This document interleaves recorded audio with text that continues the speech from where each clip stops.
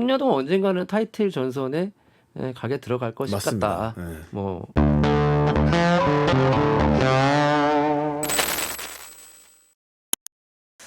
자, 본격적으로 격투기 소식을 다뤄보도록 하겠습니다. UFC 어제 이제 베가스에서 파이트 나이트 대회가 열렸는데 메인 이벤트 관심을 모았습니다. 중국의 송야동이 이탑 5에 들어갈 기회를 얻었었는데 그 기회를 아쉽게 놓치고 말았습니다.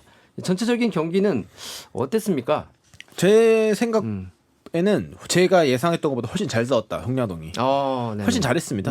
그러니까 예상 못한 점이 두 개 있었는데 원래는 송야동이 본인의 탄력적인 스텝을 밟아주면서 거리 싸움을 위주로 하는 타격가의 스타일을 많이 보여줬는데 이번에는 패트리안 메탈을 가지고 나왔어요.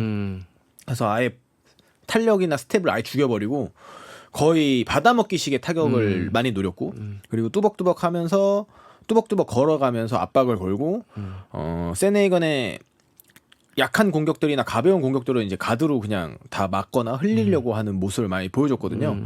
그리고 두 번째는 세네이건의 깜짝 레슬링 사용이었습니다. 네, 그렇죠. 사실. 네. 그래서 세네이건 레슬링을 절대로 사용하지 않을 거라고 생각을 했던 사람 중에 하나인데 저는 네. 왜냐하면 그 이유는 본인에게 이 시합을 풀어감에 있어서 득이 될 것 같지 않아서라는 생각이 강했어요. 근데 어찌됐든 테이크다운을 시켰든 못 시켰든 사실 테이크다운을 시키고 포지셔닝을 한 건 마지막 라운드밖에 없지만 어찌됐든 본인의 스타일이나 앞으로의 전략 수행에 있어서 굉장히 좋은 경험과 무기를 갖추었다고 생각을 합니다. 그래서 이 시합을 전체적으로 보면 세네이건이 계속 좌우로 스텝을 밟아주면서 가벼운 공격을 날리고 상대방이 그거에 반응하면은 카운터를 맞추는 스타일인데 아까 말씀드렸던 것처럼 패트리안 메탈을 가져 나와서 풀가드를 한 채 상대방의 작은 공격에 반응을 아예 안 해버려요. 송야동이 그냥 아예 반응을 안 하는 거 선택을 한 거죠. 그리고 세네이건이 결국에 그 계속 약한 공격을 날리다가 체중을 실는 공격을 날려야 되거나 아니면 걔도 사람이다 보니까 발이 굳는 상황이 나오거든요. 그때 파워샷을 날리는 거죠. 그것도 그냥 파워샷이 아니라 그러니까 직선 형태의 공격이 아니라 훅궤도의 훅성의 공격들을 많이 날려주면서 이제 사이드 투 사이드로 빠지는 세네이건을 잡아주려고 했거든요. 근데 그것이 굉장히 좀 유효하게 걸렸어요. 항상 송야동 시합을 보면은 야 얘는 다른 것보다 훅이 진짜 좋다라는 생각을 많이 했는데 굉장히 파괴력 있게 걸리거든요. 그렇죠. 그래서 2라운드 때도 한번 세네이건이 휘청이는 모습도 깜짝 보여주고 놀라죠. 예, 네. 예. 그래서 생각보다 송야동이 포텐이 굉장히 좋은 선수인 것 같다라는 생각을 합니다. 샌드에건이 하나씩 그렇게 걸리면서 완전히 기세가 넘어갈 수 있는 분위기에서 송야동이 좀 가져오는 그 균형을 맞췄다라고 네. 봐야 되겠습니다. 2라운드 커팅 있잖아요. 네. 팔꿈치 카운터. 요게 좀 주요했던 거죠, 사실은. 승부를 갈랐던 공격이 됐는데 결과적으로는요. 그렇죠. 요거는 준비를 많이 하고 나왔겠죠, 샌드에건. 그렇게 보입니다. 예. 송야동의 어떤 접근을 예상을 하고 딱 날을 세웠다라는 생각이 들었습니다. 여기서 좀 크게 찢어졌고 피가 철철 나고 막 그랬어요. 맞습니다. 피가 일단 그렇게 막 쏟아지면 어떤 느낌이 드는가요? 저는 그 정도로 찢어져 본 적은 없어가지고 네. 어떤 느낌인지 잘 모르겠긴 한데 약간 뭐 아프지는 않고 사실 시야가 조금 가려지긴 하는 것 같아요. 제 기억상 경험상 시야가 조금 가려지고 그런 건 있는데 신경을 쓰이죠. 그러니까 신경이 쓰인다 정도 딱? 흘러내리는 어떤 느낌도 좀 들고. 네, 그러니까 나면. 신경이 쓰인다 정도인 것 같아요. 시야 좀 가려주고 신경이 쓰인다 이 정도. 근데 뭐 아무래도 굉장히 높은 레벨의 시합이다 보니까 그런 작은 부분도 주요하게 작용을 했을 수 있고 사실 그런 것보다 선수 입장에선 그런 거 필요 없이 이거 말리면 어떡하지라는 생각이 먼저 들기 때문에 그렇죠. 예. 그런 초조함이 있었을 거예요, 송야동도. 네, 사실 그게 제일 크죠. 뭐 시야 가리고 뭐 이런 거 막 크리티컬하다라고 보기는 좀 어려울 것 같고 말리면 어떡하지? 이게 제일 부담이 큰 것 같아요. 그 만약에 그렇게 커팅이 안 됐으면은 경기 결과가 바뀌었을까요? 그러니까 저 아까 이 얘기를 방금 커팅 얘기를 하면서 좀 말씀을 드렸는데 제 생각을 그러니까 이 승부에 별로 그렇게 크게 큰 영향을 관여를 미치지 않았다. 할 거다. 경기 운영 자체라는 게 사실 제 생각이에요. 그래서 5라운드도 저는 세네이건이 좀 가져가지 않았을까라는 측면이고 근데 사실 뭐 의미가 있습니까? 이런 팔꿈치 카운터가 없었으면 어땠을까라는 거 생각하는 것 자체도 뭐 송여동이 자기 팔꿈치 맞고 찢어진 것도 아니고 세네이건 팔꿈치 맞고 찢어진 거라서 뭐 크게 의미가 없다. 그 4라운드 때 근데 이게 지금 또 약간 문제가 되고 있거든요. 좀 약간 물음표. 뭐냐면 4라운드까지 채점표가 나왔잖아요. 아 맞아요. 근데 두 명의 심판이 동점을 줬어요. 1, 2라운드를 네. 네. 1, 2라운드를 송여동한테 줬어요. 저도 그게 3사를 맞습니다. 샌더건을 주고. 네. 아 그렇게 보셨어요? 네, 1, 2라운드 오. 송여동이 충분히 가져갈 수 있겠다라고 생각을 했어요.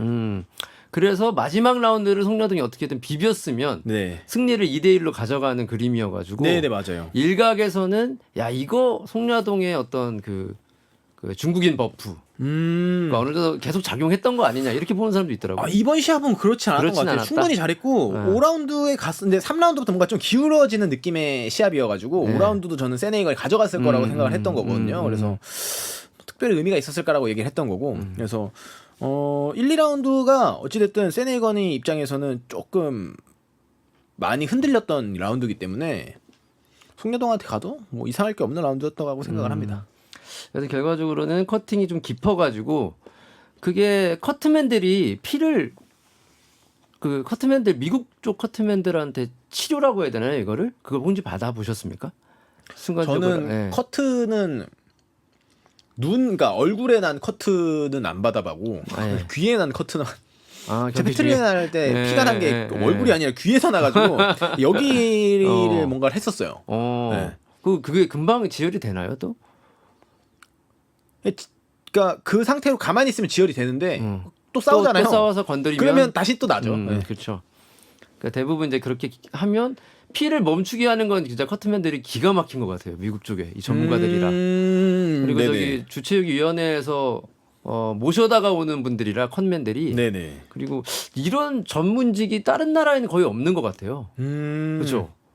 모르겠어요. 유럽의 복싱 쪽에는 있을 수 있고 네네. 복싱 쪽이 발달한 나라에서는 있을 수 있는데 우리나라에서는 전문 커트맨이 없죠. 없는 걸로 알고 없어요, 있습니다. 없어요. 예. 그래서 이 저희 MMA 판에서도 거의 이제 의사 선생님들이 오셔가지고 거의 의사 선생님이 네. 해주죠. 외과 선생님이. 예, 일단 뭐 바셀린 좀 많이 발라주고 하는 정도인데 이제 그 어떤 딱 멈추게 하는 거는 미국 쪽 컷맨이 진짜 대박이다. 이번에도 피는 곧잘 멈추게 하더라고요. 바로바로. 네, 근데 맞아요. 이제 계속 벌어지니까 피가 또 흐르는 거지. 그렇죠. 예. 뭐 그런 생각이 들었습니다. 이런 것도 좀 배우긴 또 배워야 되는데 우리나라 또 전문가들이. 다 돈이죠.